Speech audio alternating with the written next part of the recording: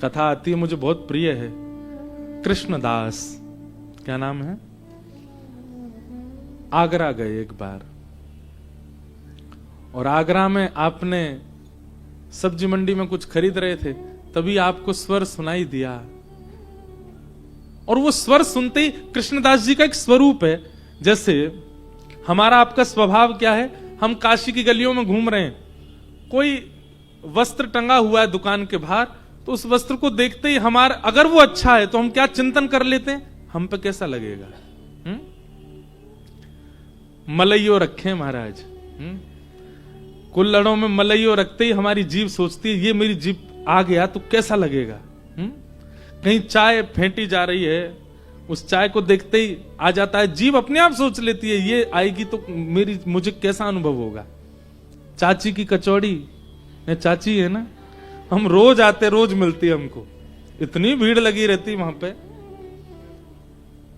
हम भी चाची को कहते हैं आके देखो हमारे पंडाल में भी बहुत भीड़ है। चाची की कचौड़ी, लाला की कथा। वहां लोग जब कचौड़ी खा रहे होते हैं,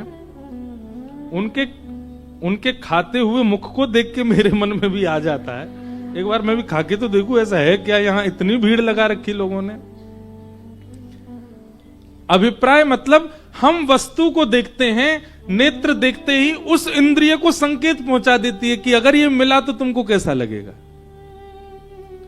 यही जब भक्ति रूप में आ जाता है तो क्या होता है, आप दृष्टि से जो देखोगे आप सीधे विचार करोगे ये ठाकुर जी के पास जाए तो कैसा लगेगा। कोई वस्त्र देखा, उसका वर्ण बहुत सुंदर, मेरे ठाकुर जी इसको धारण करेंगे तो कैसा लगेगा। ये व्यक्ति बहुत अच्छा गा रहा है, मेरे ठाकुर जी को सुनाएगा तो कैसा लगेगा। आहा, इनका नृत्य कितना, ये बालिका कितना अच्छा नाच रही है, मेरे ठाकुर जी के आगे नृत्य करे तो कैसा लगेगा। ये हीटर बहुत बढ़िया, हमारे ठाकुर जी को लग जाए कैसा लगेगा। एसी कितना अच्छा है, हमारे ठाकुर जी को जाना चाहिए। आप हर स्थिति में विचार क्या करते हैं, ठाकुर जी को प्रस्तुत हो। ऐसी स्थिति जब बन जाती है तो आप भक्ति की एक स्थिति, चरम स्थिति में आ जाते हो। और उस स्थिति में कौन है, श्री कृष्णदास। अष्ट सखा हुए ना भगवान के कलयुग में, अभी 11 से 17 जनवरी तक हम इन 8 सखाओं पे ही बोलने वाले हैं नाथ द्वार में, उनमें से एक हुए कृष्णदास। तो कृष्णदास जी का स्वरूप स्वभाव कैसा, वो जो देखते हैं उसको अपने ठाकुर जी पर पधराने का विचार करते हैं। कृष्णदास जी ने जैसे स्वर सुना, स्वर सुनते ही व्यक्ति का आकर्षण होता है कि मैं जाकर के बैठूं और स्वर को सुनूं, पर कृष्णदास जी का यह आकर्षण बना, ये स्वर अगर मेरे लाल जी सुन लें, मेरे श्रीनाथ जी को सुना दिया जाए, ठाकुर जी प्रसन्न हो जाएंगे। खोजते खोजते खोजते खोजते उस स्वर के पीछे पहुंच गए, और तभी क्या देखा, चारों तरफ मसनदों पर टिक करके लोग बैठे और बीच में एक वैश्या, जिसका रूप अति सुंदर है, जिसकी वाणी स्वर इतना अद्भुत है कि कोई भी आकर्षित हो सकता है। और वो बीच बीच में जब नृत्य करती है या अपने अपने मुखमंडल के इशारे करती है तो लोग वाह वाह करके उस पर धन लुटाते हैं।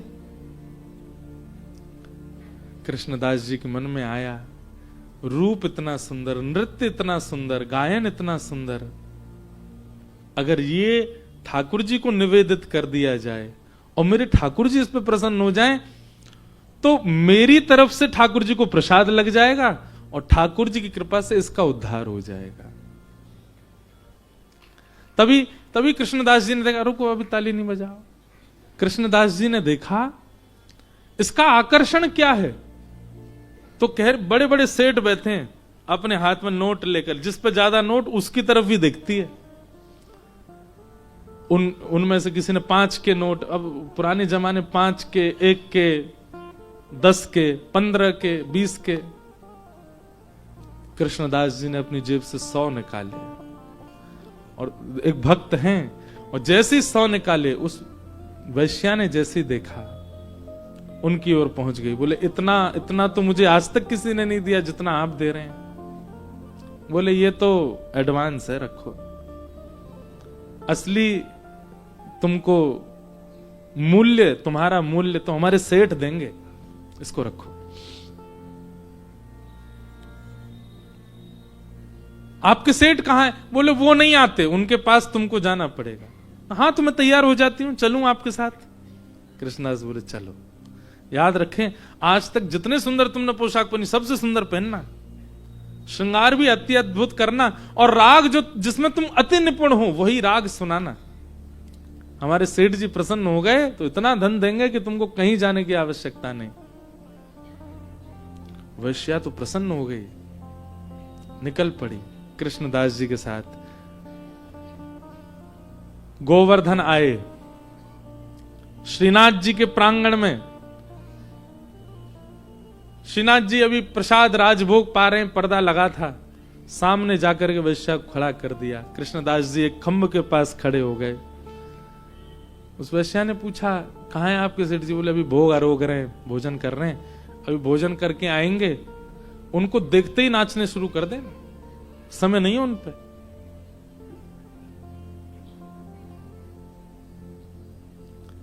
मन ही मन विचार कर रही है, ऐसा गाऊंगी, ऐसा नृत्य करूंगी, ऐसा सुनाऊंगी, आनंदित हो जाएंगे। और जैसे ही कपाट खुले, कपाट खुलते ही ठाकुर जी का दर्शन किया। श्री गिरधर स्वरूप, एक भुजा ऊपर, दूसरी भुजा कटी पर, नेत्र नीचे, मधुर मुस्कान, गोल गोल ठाकुर जी के गाल, अलकावलियां ऐसी सुंदर पधराई हुई, मुकुट धारण किया हुआ, पीतांबरी पहनी है, गुलाब की सुगंध से सुगंधित हो उठा माहौल।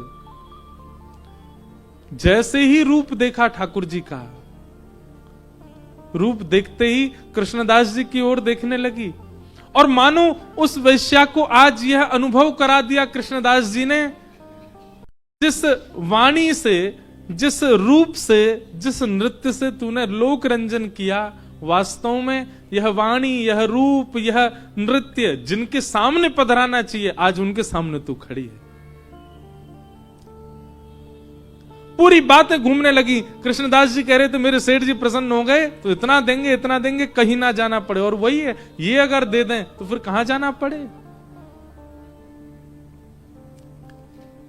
लेकिन वैश्या तो हाथ पांव कांपने लगे, नेत्र सजल हो गए, अपने आप पर ग्लानि होने लगी। मैंने पूरा जीवन व्यतीत कर दिया धन अर्चन के लिए, धन अर्जन के लिए, कभी ठाकुर जी की सेवा नहीं की।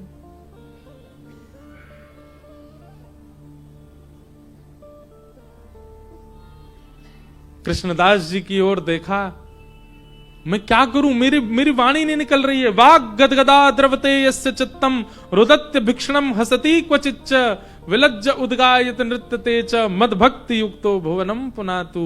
वाणी भर आई है, नेत्रों से जल धार बह रही है, तन की स्थिति नहीं पता है क्या करना है, मैं क्या करूं, आज्ञा करें। तब कृष्णदास ये पद गाते हैं,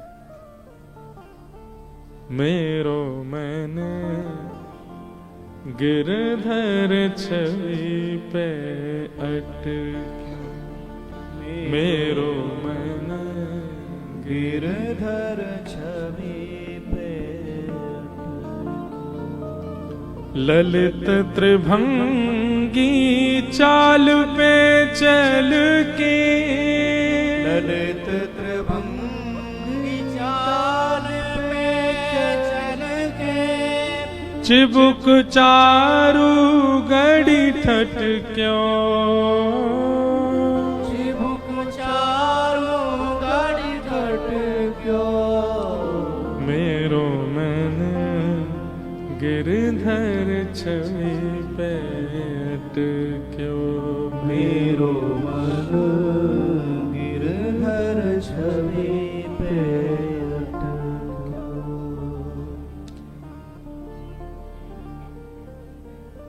कृष्णदास जी की ओर देख के वो वैश्या कहने लगी, अब मैं कैसे प्रस्तुत करूं नृत्य इनके आगे, क्योंकि नृत्य मेरा उच्छिष्ट हो चुका है, मेरी वाणी उच्छिष्ट हो चुकी है, संसार ने इसका उपभोग करके इसको झूठा कर दिया, ठाकुर जी को भोग कैसे लगाऊं, ये तो अमनिया पाते हैं। तो कृष्णदास जी ने सांकेतिक रूप से अपने शब्दों में कहा, क्या तन उच्छिष्ट हो सकता है पर आत्मा तो अमनिया ही रहती है।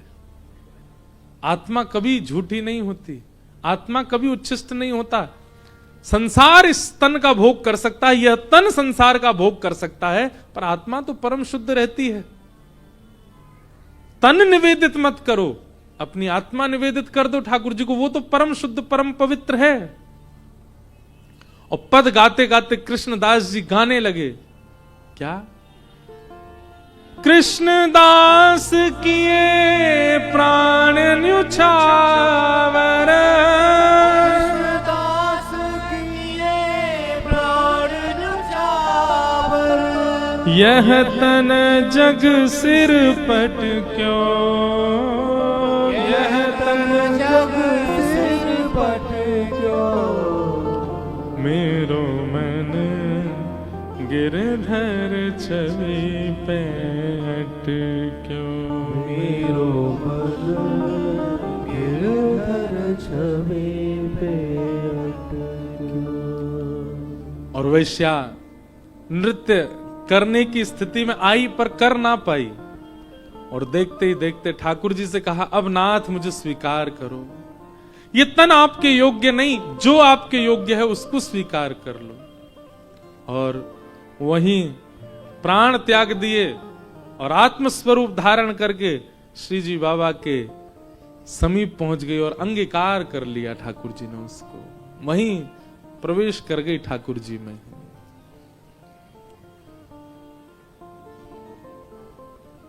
अपने गुण को ठाकुर जी के सन्मुख निवेदित कर देना, यह ठाकुर जी की प्राप्ति का एक बड़ा उत्तम उपाय है। सबको वीणा मिली हुई है, हमारे गुण के रूप में वीणा ठाकुर जी ने सबको प्रदान की है।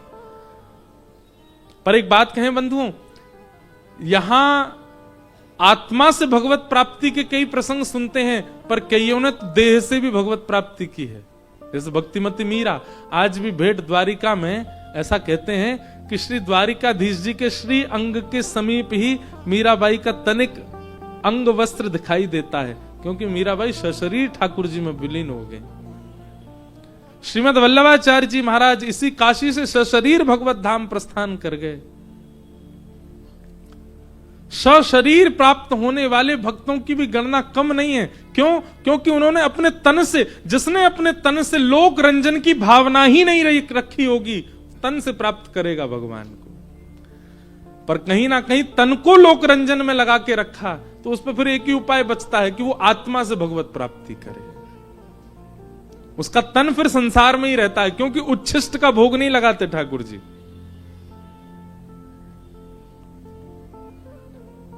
इसलिए भैया अब भी समय है, हमारे गुण, हमारी योग्यताएं वो जहां जहां हमने बटोर दी हैं, अब सब जगह तिलांजलि दे करके केवल ठाकुर जी की सेवा में अर्पित करो। अमनिया, उस गुण से ही ठाकुर जी रीझ जाएंगे, उस गुण पर ही ठाकुर जी प्राप्त हो जाएंगे। देवदत्ता मिमां वीणा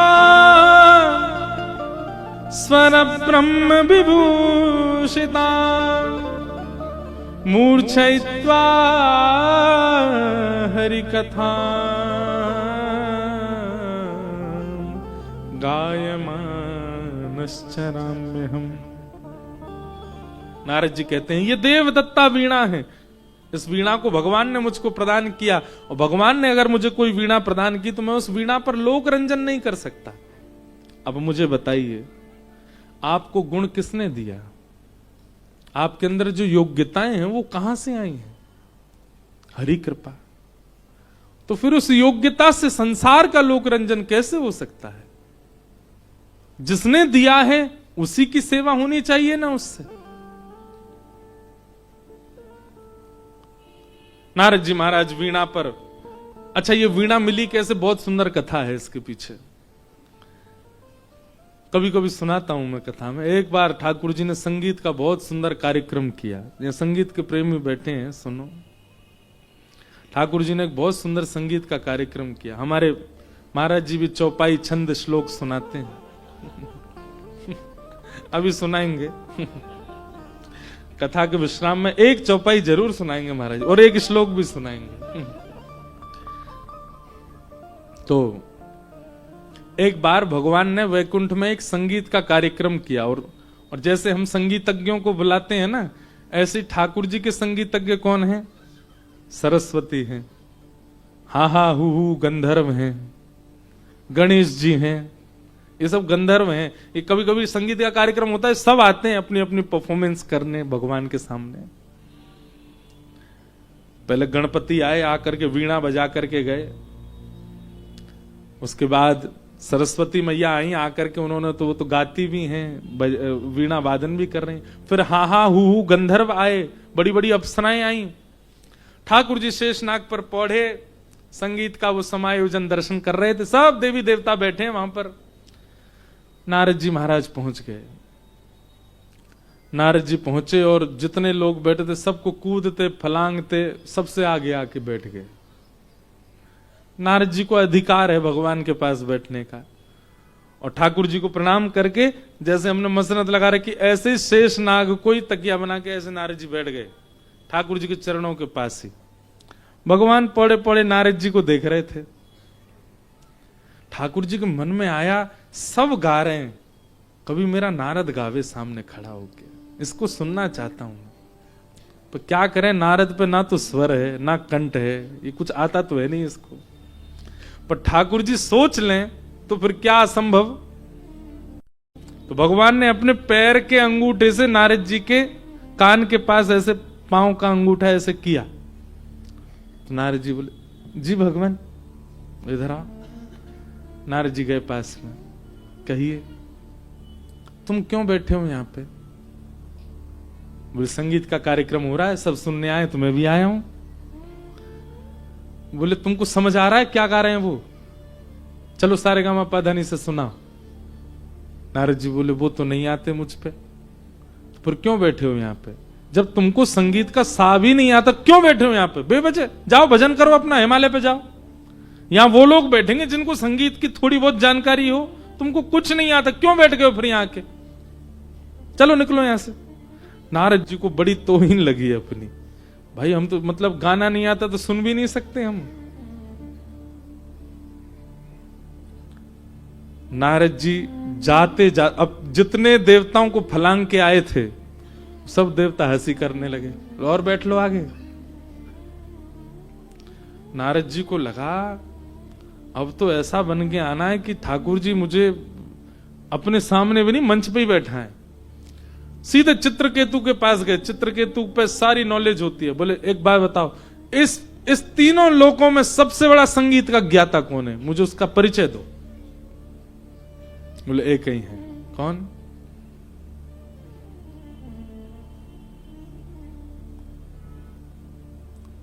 शिव कैलाशों के वासी, धौरी धारों के राजा, शंकर संकट हरना। महादेव वही हैं सबसे बड़े ज्ञाता संगीत के। नारद जी महाराज बोले कहां मिलेंगे? बोले कैलाश पे बैठे, जाओ। सीधे गए। नारद जी महाराज ने कैलाश पे जाके प्रणाम किया। बोले भगवान मुझे संगीत सीखना है। महादेव बोले हमसे सीखोगे? बोले हाँ। बोले हमसे पहले एक क्लास और है, वो करे आओ पहले। बोले क्या? हिमालय पर एक उल्लू बैठा है चोटी पर ऊपर, पहले उससे सीख के आओ, और वो जब तुमको आशीर्वाद दे देंगे कि हाँ तुम योग्य हो गए, तब हमारे पास आना। उल्लू के पास क्यों भेजा? शिष्य जब तक मान रहित नहीं होगा तब तक गुरु शिक्षा ग्रहण नहीं कर पाएगा। नारद जी को ये मान हो जाता, शंकर जी से सीखा है मैंने, तो ये मान कहीं नारद जी में आ गया तो फिर दुविधा आ जाएगी। तो इसलिए पहले उल्लू के पास भेजा। बोले जाओ पहले पक्षी से सीखो।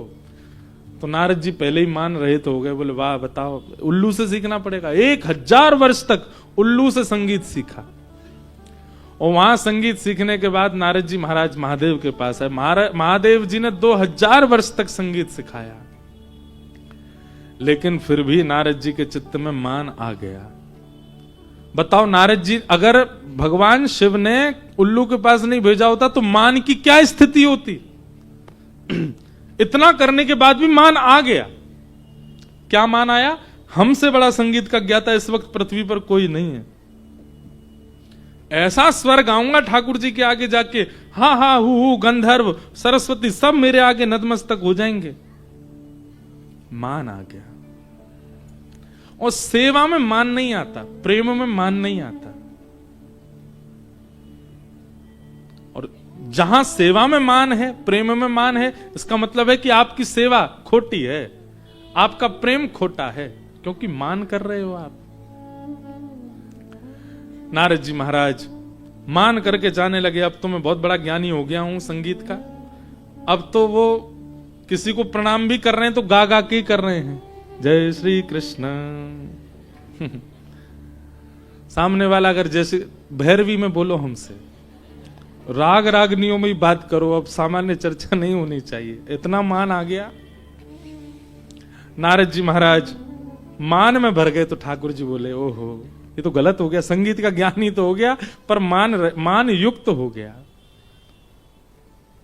संगीत से बहुत प्रेम है ठाकुर जी को। अगर किसी के पास संगीत की विद्या है, हम व्यास मंच से बैठ के एक बात कह रहे हैं, बहुत ध्यान से सुनिएगा।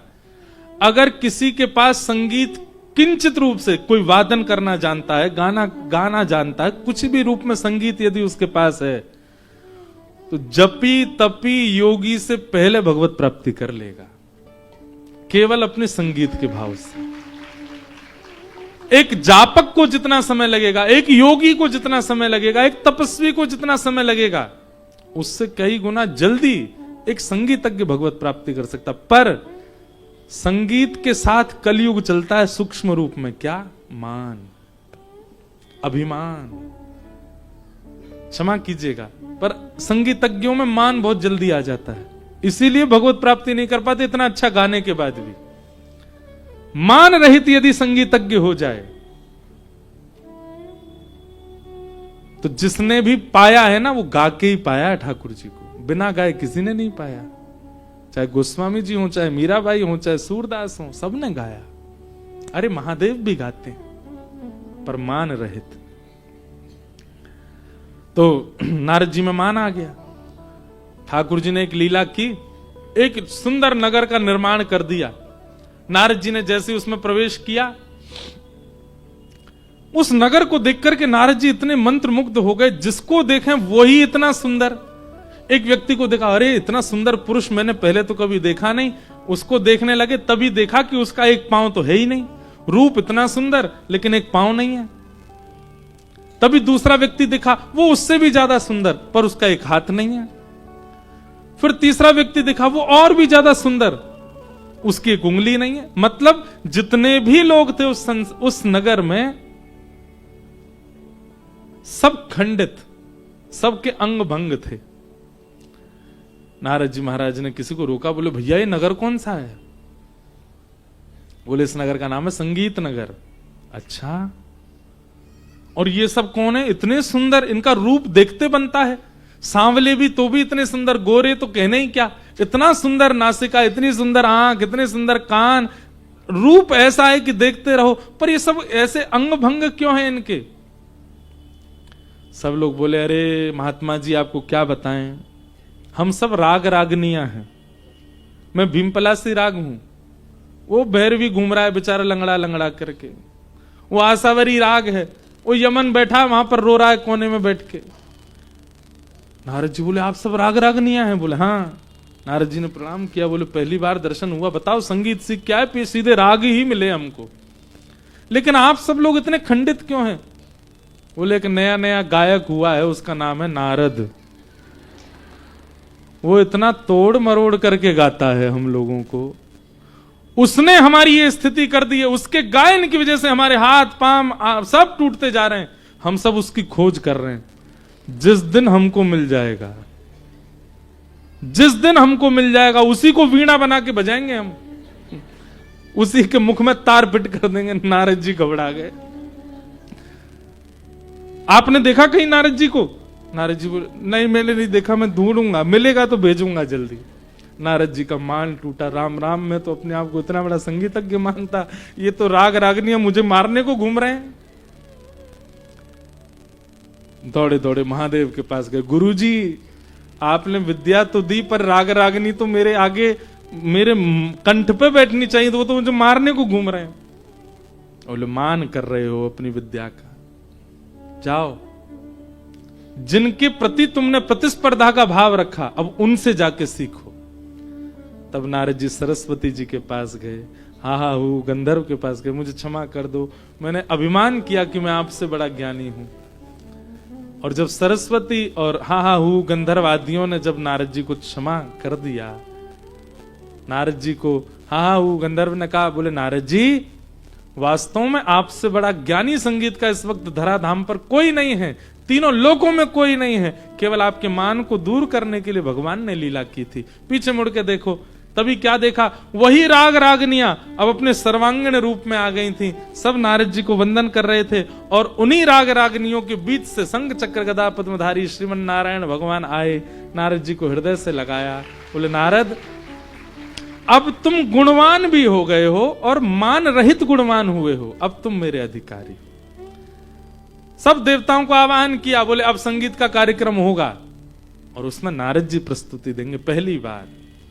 सब लोग गए, सब ने जाकर के अपनी अपनी प्रस्तुति दी, लेकिन जैसे ही नारद जी आए, ठाकुर जी के नेत्र सजल हो गए। मेरा प्रिय नारद आ गया। ठाकुर जी को कितना अच्छा लगता है जब हम अपना गुण प्रस्तुत करते हैं। तो जैसे ही नारद जी ने गाना प्रारंभ किया, बाकियों के गायन में तो ठाकुर जी वाह वाह करते थे, लेकिन नारद जी के गायन में तो ठाकुर जी बैठ गए, नेत्र सजल हो गए, और थोड़ी देर में तो ठाकुर जी भुजा उठा करके नृत्य करने लगे, इतने आनंद में भर गए।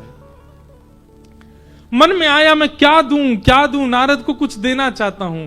तभी सरस्वती जी अपनी सिद्ध वीणा लेकर के आई और ठाकुर जी ने वही वीणा ले जाकर के नारद जी को प्रदान कर दी। देव दत्ताम इमाम वीणा स्वर ब्रह्म विभूषिताम मूर्छयित्वा हरि कथाम गायमानश्चराम्य हम। गाने वाले इस श्लोक को याद कर लीजिए, किसी भी संगीत के वाद्य को बजाने वाले भी इस श्लोक को याद करो, नृत्य करने वाले भी इस श्लोक को याद करो, और अपनी प्रस्तुति से पूर्व ठाकुर जी का स्मरण करो। अगर संसार के सामने भी आप प्रस्तुत कर रहे हैं तो भी यह मानो कि ये सब नारायण बैठे हैं मेरे आगे, राधा रमन जी बैठे हैं, राधा वल्लभ जी बैठे हैं, बिहारी जी बैठे हैं, ये सब सामान्य मानव नहीं, सब ठाकुर जी हैं। और इस श्लोक का निवेदन करके तब अपने गुण का प्रस्तुतिकरण करो। आपका गुण भगवत प्राप्ति कराएगा।